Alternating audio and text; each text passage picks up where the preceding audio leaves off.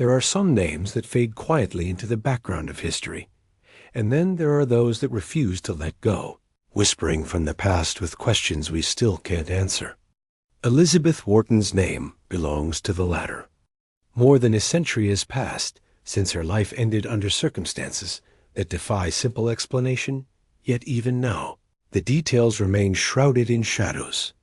What really happened to Elizabeth? Was her death the tragic result of a desperate accident? Or was something far darker at play?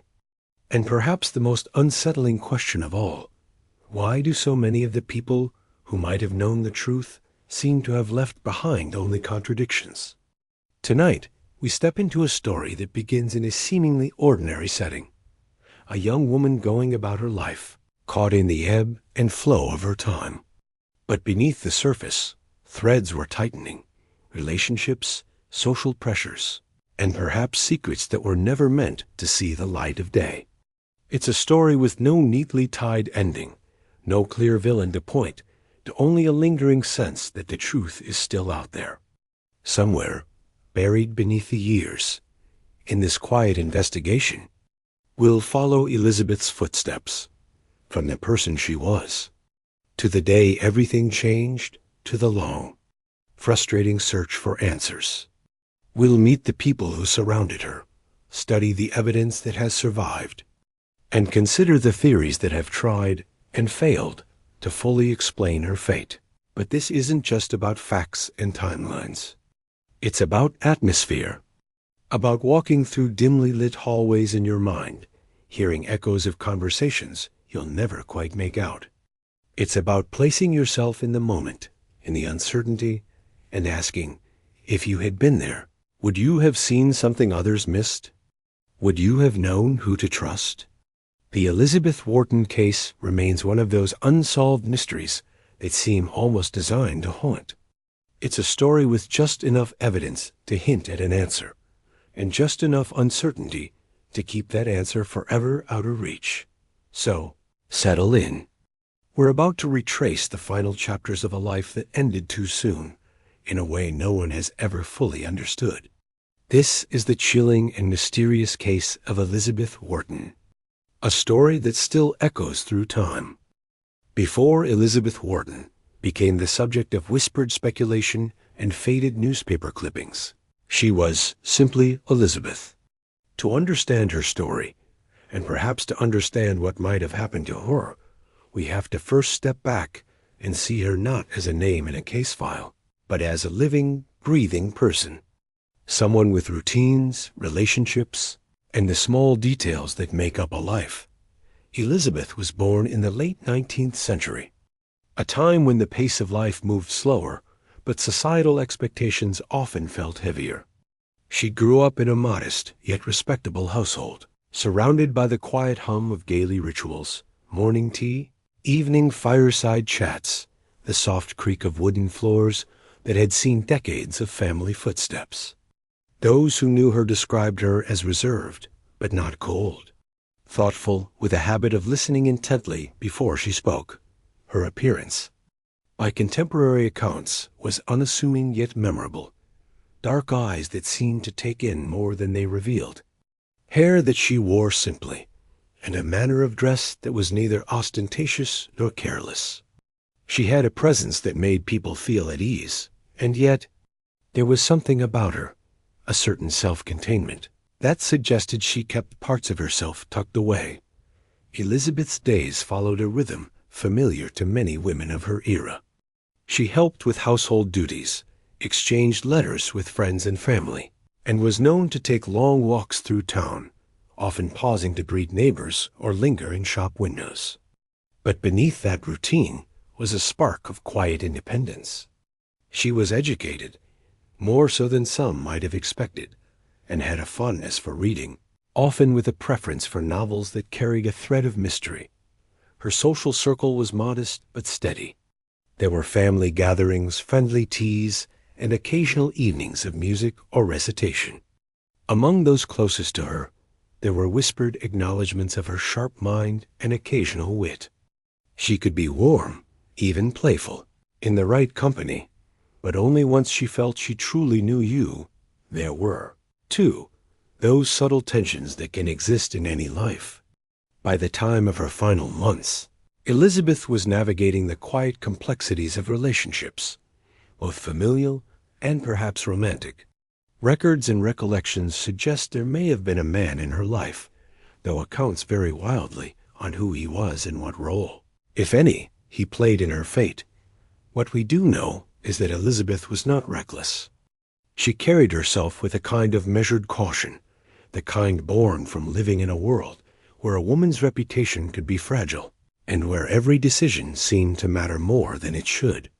This makes the events that would soon follow all the more unsettling, because nothing in her known character suggests she was courting danger. Still, there are moments in her life that, when viewed through the lens of hindsight, take on a sharper edge. An argument overheard between Elizabeth and a family member weeks before her death. A letter mentioned in court testimony that has never been found. A sudden change in her walking route, one that put her closer to a particular street, a particular corner, at certain times of day. Were these mere coincidences, or the quiet ripples of something larger moving beneath the surface? Friends would later recall that Elizabeth had seemed preoccupied in the weeks leading up to the tragedy. Not distraught, just elsewhere, as though her mind were turning over something she couldn't easily share. She was still polite, still composed, but there was a slowness to her smiles, a distance in her gaze. Her family, in their own retellings, maintained that nothing was truly amiss, though one wonders how much of that was truth, and how much was the natural urge to protect her memory. After all, in those days, it was common for certain matters to remain behind closed doors, spoken of only in hushed tones. In painting Elizabeth's life, it's important to remember she wasn't a tragic figure in waiting. She was a young woman living an ordinary existence, a life that, had it not been for one fateful turn, might have carried on in quiet anonymity. She might have married, had children, lived out her days in the very same home where she had grown up. Instead, her name would become etched into the fabric of a mystery that refuses to unravel. And so, before we move forward into the details of the incident itself, it's worth pausing here to imagine Elizabeth not as the sum of the events that ended her life, but as she was before them, sitting by a lamplight, pen in hand, writing a letter that might never be read again, walking along a dusty street in the soft light of early evening, looking out of a window, unaware that somewhere in the future, strangers would try to piece together her final days. That's the Elizabeth we should keep in mind as we step into the darker chapters, because without knowing the person she was, we risk losing sight of what was truly lost. It was a cold, slate-gray morning when Elizabeth Wharton awoke for what would unknowingly be the last full day of her life. The frost on the window panes caught the pale winter light, and the small coal fire in her bedroom had burned low overnight. At first glance, there was nothing about the morning of February 14th, 1896, that suggested it would end in tragedy. 7:15 a.m. Elizabeth's day began as it often did, with a quiet breakfast in the kitchen. The maid, a young girl named Clara Jenkins, later testified that Elizabeth had been in good spirits that morning, though she also noted her employer seemed distracted. Clara remembered Elizabeth's tea sitting untouched for several minutes, her gaze fixed on the frost edging the glass. She wasn't sad exactly, Clara recalled during the inquest, but it was as if her mind was walking somewhere else. 8:00 a.m. Not long after breakfast, the household's post arrived. Clara delivered a single envelope to Elizabeth's sitting room. The handwriting on the envelope was unfamiliar to her, and Elizabeth's reaction to it was subtle but unmistakable. She turned the envelope over twice before breaking the seal. Read the contents quickly, and then slipped the letter into the pocket of her dress. No one knows for certain what the letter said. It was never found, but it was the last piece of mail Elizabeth would ever receive. 9:20 a. Elizabeth left the house earlier than usual that morning. She told Clara she intended to visit the grocer and stop by the dressmaker's shop. This was not unusual in itself, but neighbors would later remark that she was dressed more smartly than was typical for errands. Mrs. Henrietta Clark, who lived across the street, saw Elizabeth leave and noted she was wearing her dark green coat, the one she reserved for more formal outings. "I thought she might be meeting someone," Mrs. Clark testified. She looked purposeful. 10:05 a.m. At the small market square, shopkeeper Samuel Boyd claimed to have seen Elizabeth speaking with a man near the fountain. His description was vague: average height, dark overcoat, bowler hat, but he remembered that Elizabeth's tone seemed unusually firm, almost sharp. The exchange lasted less than 2 minutes before the man tipped his hat and walked away. Elizabeth then entered the dressmaker's shop, where she stayed for just 10 minutes, 11:15 a.m. By mid-morning, Elizabeth was back at the house. Clara remembered her being quieter than before, retreating almost immediately to her room. When called for lunch an hour later, she declined, saying she wasn't hungry. 1:30 p.m. This was the moment the day began to feel strange. Elizabeth left the house again, this time without her gloves or her heavier coat, despite the cold. Clara recalled asking if she needed her scarf, but Elizabeth only smiled faintly and said she wouldn't be gone long. She didn't specify where she was going. 2:05 p.m. According to testimony, a local errand boy named Thomas Briggs claimed to have seen Elizabeth walking briskly down Haversham Alley, a narrow passage she rarely used. He noticed she kept glancing over her shoulder, as if she thought she was being followed. Thomas's statement was dismissed by some as unreliable, but it's one of the few moments that offers a glimpse of possible danger on that day. 3:10 p.m. A seamstress named Alice Martin later told investigators she ran into Elizabeth near the old bridge. Elizabeth greeted her politely, but seemed eager to move on. Alice asked if she would be attending the church social that evening, and Elizabeth replied, "I don't believe I'll be there, not tonight." It was said with a tone that Alice found oddly final. 4:00 p.m. From this moment, Elizabeth Wharton seemed to vanish. No confirmed sightings place her anywhere between late afternoon and nightfall.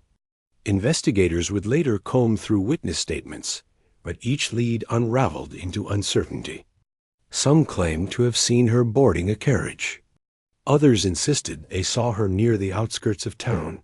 The lack of clarity was unsettling. This was not London, where anonymity was easy.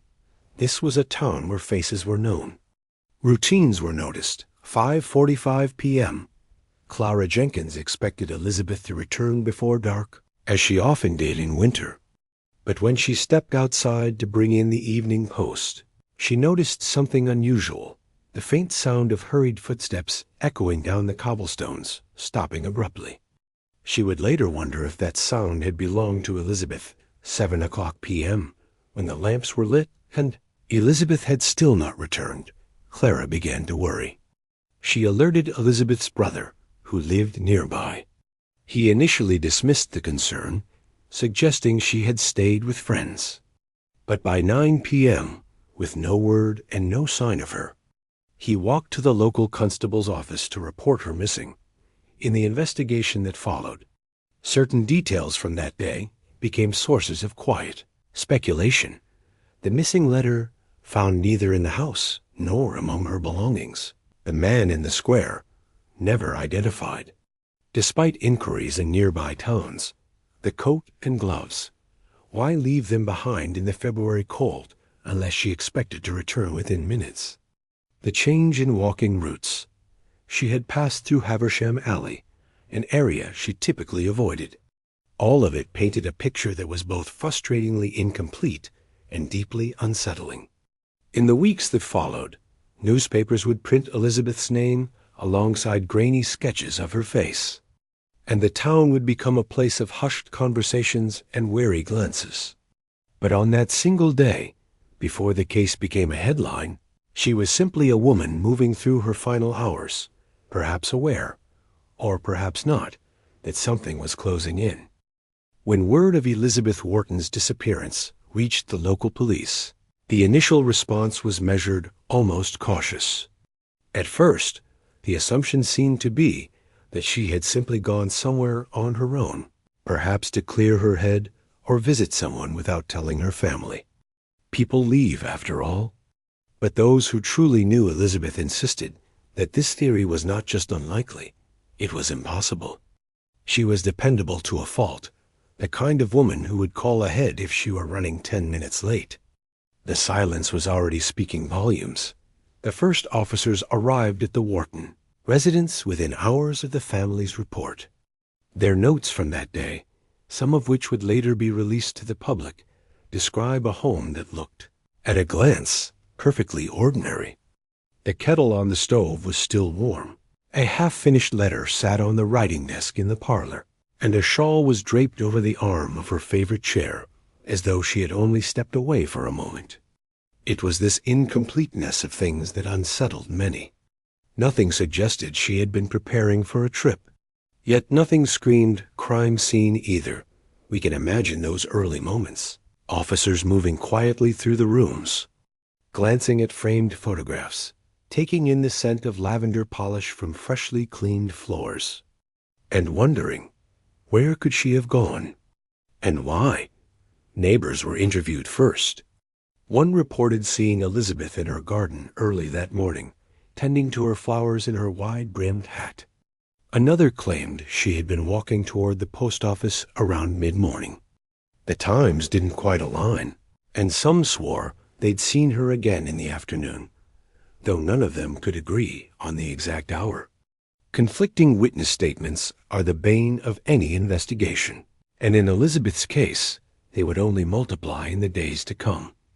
The police then began speaking with family members. Her brother, Thomas, was visibly shaken and could barely get through his statement. He insisted she would never vanish without a word, not to him, not to anyone. A cousin described Elizabeth as too trusting, and mentioned that she'd recently been seen speaking with a man no one recognized. That detail stood out, but frustratingly, no one could describe the man well enough to create a clear sketch. Was it an innocent exchange? Or something more troubling? The ambiguity was maddening. As for physical evidence, there was very little to collect. This was the early 1900s, and forensic science was still in its infancy.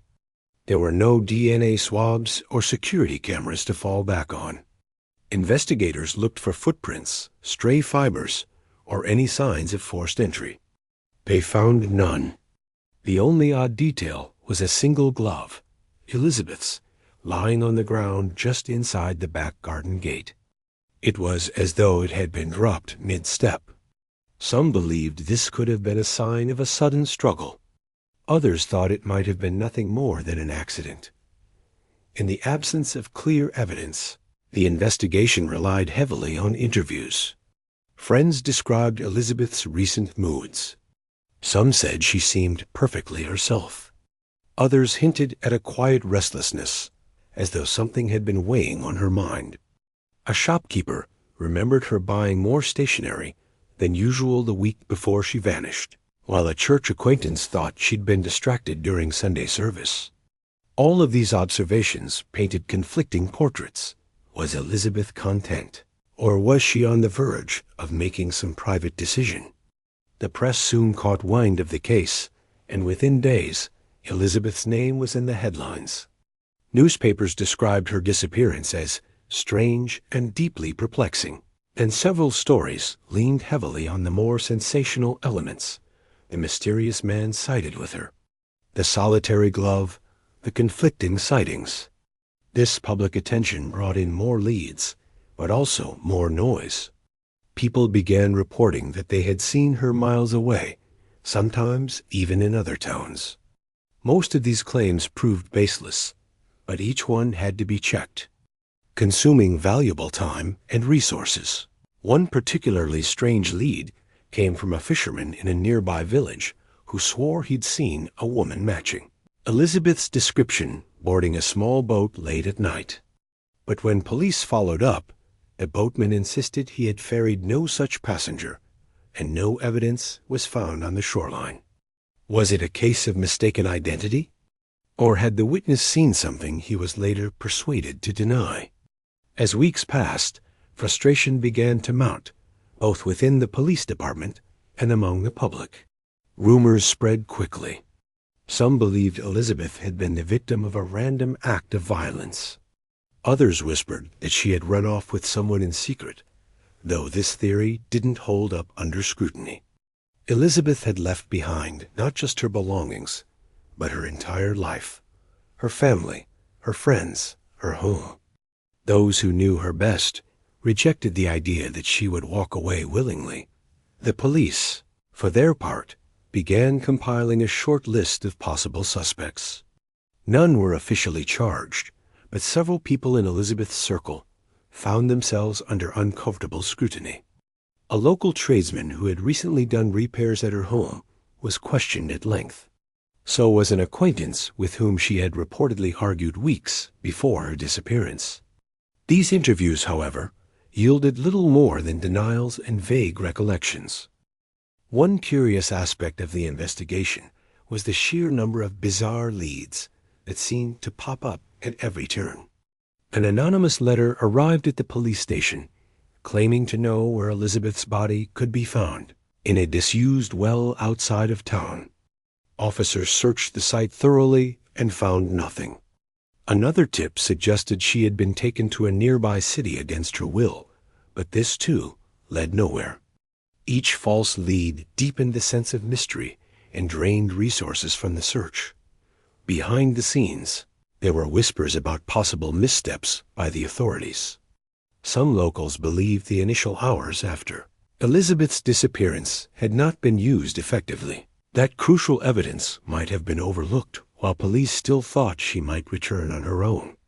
Others criticized the department for focusing too heavily on certain suspects while neglecting to follow up on other potential lines of inquiry, despite the mounting challenges. Investigators continued their work with quiet persistence. The case became something of an obsession for a few of them.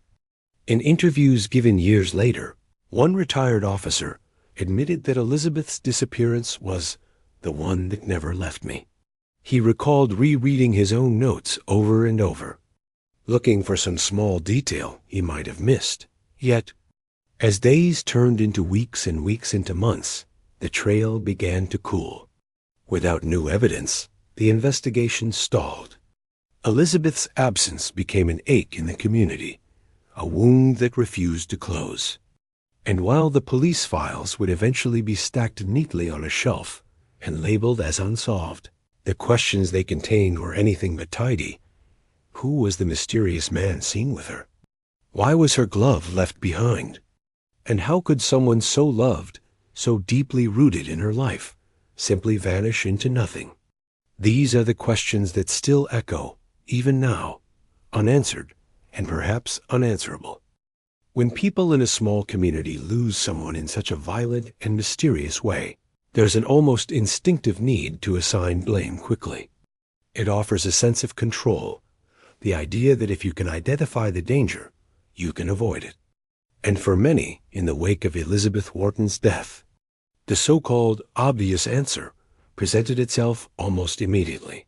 Many believe that the person responsible for Elizabeth's death was someone she knew well, perhaps even someone she trusted. The reasoning was painfully simple.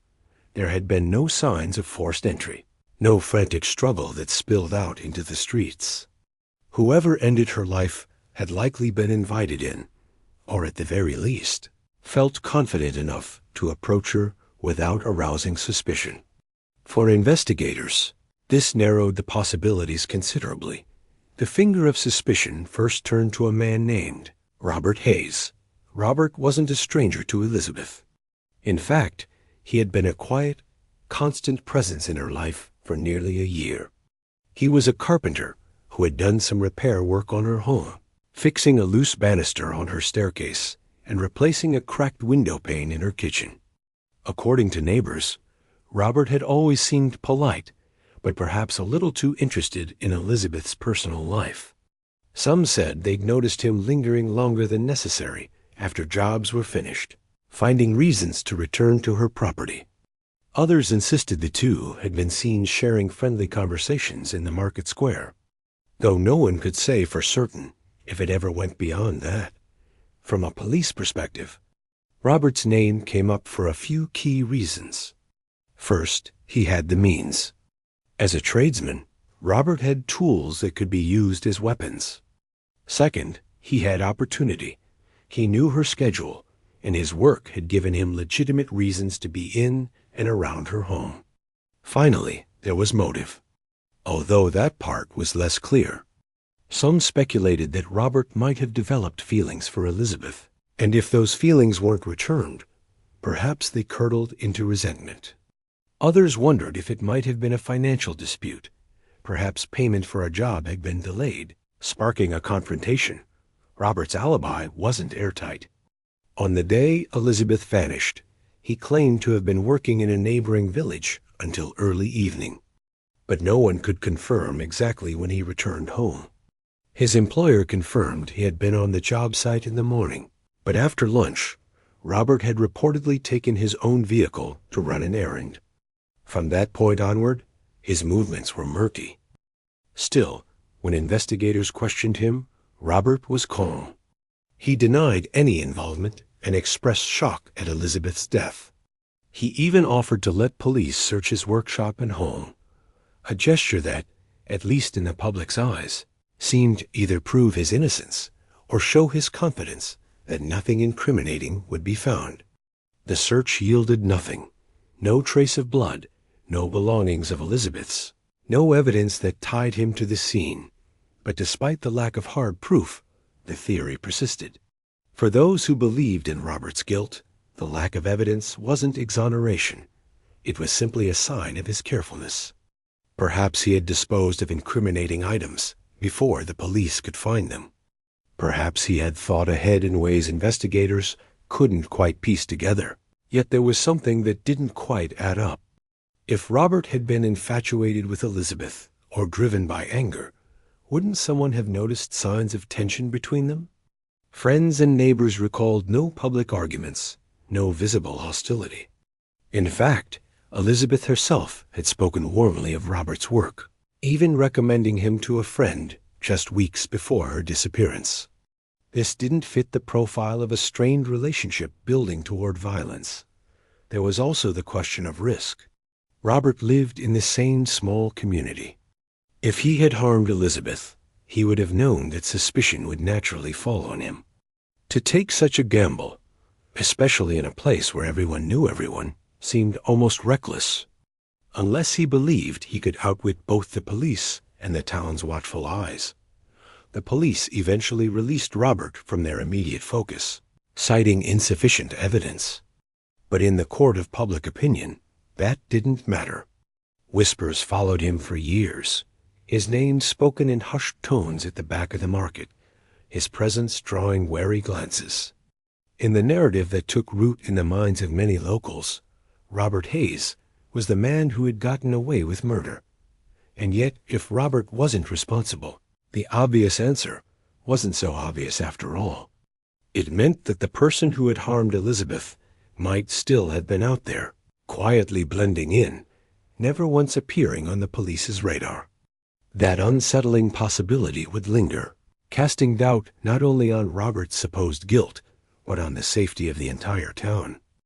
If the obvious answer failed to hold up under scrutiny, some turned to less conventional possibilities, theories that weren't exactly embraced by everyone, but that also couldn't be dismissed outright. These ideas didn't rely on the straightforward equation of motive, means, and opportunity. Instead, they reached into murkier territory, where facts and speculation begin to blur. One unsettling theory suggested that Elizabeth's death might have been the result of a chance encounter with a stranger, someone entirely outside her normal circle. In small towns, the idea of a random killer passing through feels almost unthinkable. But history has shown it's not impossible. a traveler stopping for the night, a laborer working temporarily in the area, or even someone visiting relatives could have crossed paths with Elizabeth at exactly the wrong moment. The basis for this theory comes from a peculiar detail.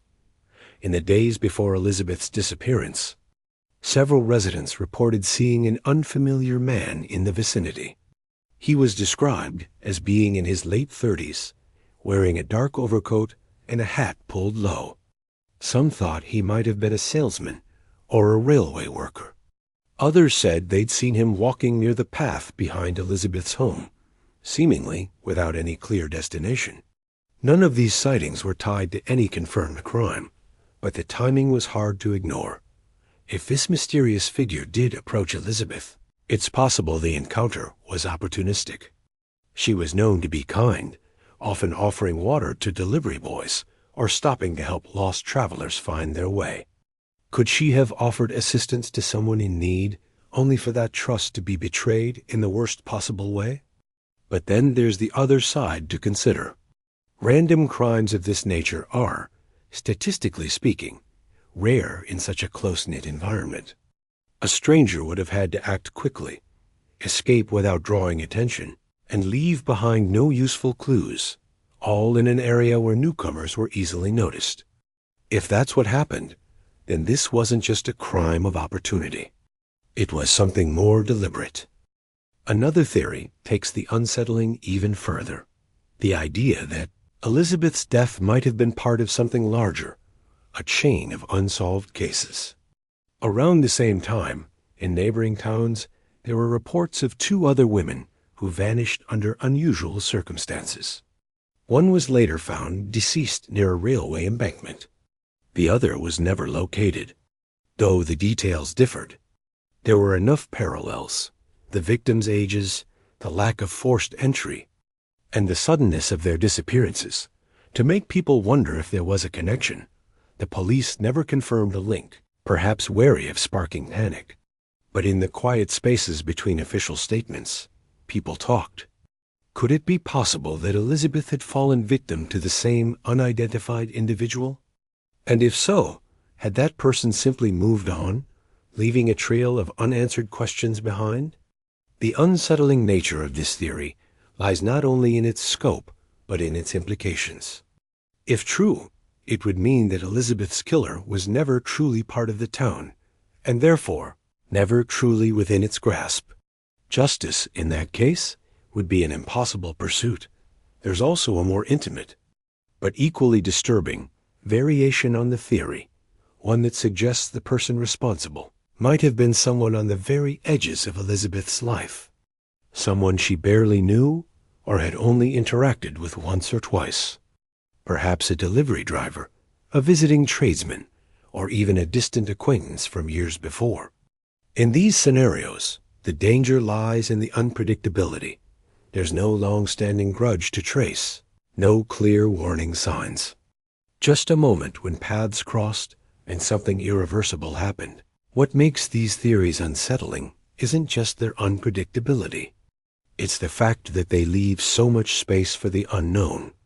In the obvious answer theory, there's at least a framework, a suspect, a set of relationships to examine. Here, the possibilities stretch out endlessly, and every unanswered question becomes another shadow on the wall. It's hard not to wonder about the limits of what we can ever truly know. Could it be possible that the answer lies in one of these fragments? A fleeting sighting, a half-forgotten name, a traveler's brief stop in a town they would never visit again? Or was the truth stranger still, hidden in plain sight, masked by a story no one thought to tell? In the end, these unexplained or unsettling possibilities serve as a reminder that sometimes closure isn't about finding a single neat answer. It's about facing the uncomfortable reality that not every mystery wants to be solved, and that some truths, however chilling, might remain just out of reach. In the early weeks of the investigation, there was an almost tangible sense of urgency. Detectives interviewed anyone who had seen or spoken to Elizabeth in her final days, combed through fields and back roads, and followed up on every whispered rumor that drifted through the town. But as weeks turned into months, the momentum began to fade. Leads dried up, and that once unshakable drive slowly gave way to quiet frustration. Part of the problem was the absence of conclusive evidence. There was no weapon recovered, no definitive witness statement, and no clear sign of struggle that could point to a specific suspect. Even the most promising tips seemed to collapse under scrutiny. A neighbor's recollection would contradict another's. An alleged sighting turned out to be nothing more than a case of mistaken identity.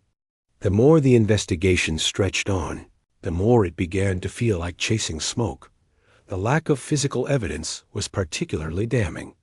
In an era long before forensic science could pull DNA from the smallest trace, detectives had to rely almost entirely on what could be seen, heard, and remembered. And memories, as they well knew, can be fragile things. Without concrete proof, the case became a matter of competing narratives, each with its own gaps and inconsistencies. Public sentiment shifted in noticeable ways. In the beginning, townspeople gathered in groups, swapping theories and offering any scrap of information they thought might help. But as time passed without answers, that openness began to shrink. Conversations grew quieter, glances more guarded. It wasn't that people stopped caring, far from it, but in a small community, speculation can quickly turn into suspicion, and suspicion into division. For some, the lack of progress was almost as painful as the loss itself. Elizabeth's family felt this toll most sharply. In the first year, they were a constant presence at the police station, pressing for updates, offering new ideas, refusing to let the case fade from memory. But over time, each visit seemed to yield the same answer: nothing new. Friends spoke of how the family's home grew quieter, the once lively gatherings replaced with subdued evenings and an undercurrent of exhaustion. It's one thing to grieve a loss. It's another to live in the limbo of not knowing. There were moments, brief, flickering moments, when it seemed like the trail might warm again. An anonymous letter arrived at the police station, claiming to hold the key to Elizabeth's death. The handwriting was uneven, almost hurried, and the contents were maddeningly vague, references to a meeting gone wrong and someone everyone trusts. Investigators tried to trace its origin, but the postmark was smeared, and no one ever came forward to claim responsibility.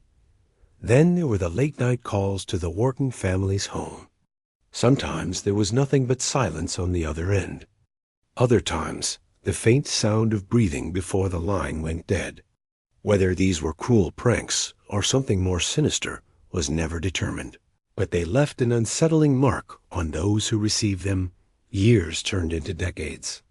The case file, once thick with daily reports and handwritten notes, began to gather dust. New investigators would sometimes pick it up, flipping through the pages in search of a missed clue, but the trail always led back to the same dead ends. The passage of time erased opportunities. Witnesses aged or passed away, memories faded, and potential evidence that might have been preserved in another era was long gone. And yet, the mystery refused to disappear entirely. Every so often, a local newspaper would run a retrospective, or a true crime enthusiast would dig into the story, hoping to uncover something overlooked. On rare occasions, a tip would come in, a claim of overheard conversations, a suspicious sighting from years before. Most led nowhere, but each one stirred the embers just enough to remind everyone that the case wasn't truly closed. Even now, there are pieces of the puzzle that don't quite fit. Why did certain witnesses give inconsistent statements? Why was that anonymous letter so specific in some ways, yet so deliberately vague in others?